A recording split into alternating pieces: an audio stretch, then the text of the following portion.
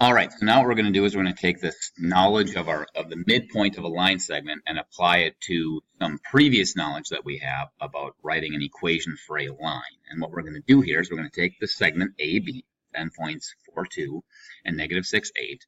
That's a line segment. We can plot that on a coordinate plane. And we want to write the equation for the perpendicular bisector of that segment. We know what the perpendicular bisector is. It's the line that goes through the middle of the given segment, in this case AB, and is perpendicular to that line segment.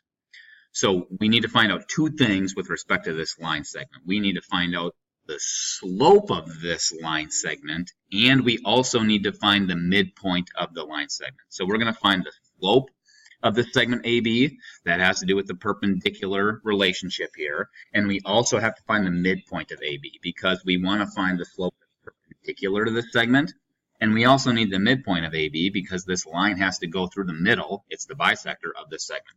So we have to find two different things here, and then we'll apply what we know about perpendicular slopes or slopes of lines that are perpendicular and write the equation for that. So first, let's find the slope of this line segment AB. We know how to find the slope of a line or of a segment given 2 points. We just take the difference of the y values over the difference of the x values.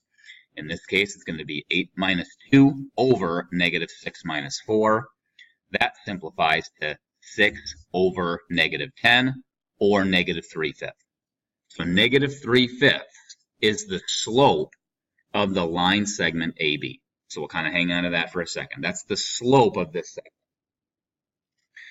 To find the midpoint, we're going to take the averages of the two x values and y values, which is going to be 4 plus negative 6 divided by 2. That's going to be our x coordinate for the midpoint. And then 2 plus 8 divided by 2 will be the y coordinate for the midpoint. Negative 2 over 2, 10 over 2. The midpoint of this segment with endpoints 4, 2, and negative 6, 8 is negative 1, 5. This is the point that's in the middle of the segment with these two endpoints. We want to write the equation for the perpendicular bisector. We know that this perpendicular bisector goes through this point, negative 1, 5, and we also know that that line is perpendicular to this line segment. Therefore, the slope of that line is the opposite reciprocal of this, because perpendicular lines, their slopes are opposite reciprocals. So let's do this work here in this little box that I have. So we want to write an equation in slope-intercept form, their general form for a line, y equals mx plus b. We need to know the slope, and we also need to know the y-intercept. This is going to be the equation for the perpendicular bisector of this line segment. So we need to know the slope of that perpendicular bisector. Well, the slope of the perpendicular bisector is going to be the opposite reciprocal. So that's going to be 5/3.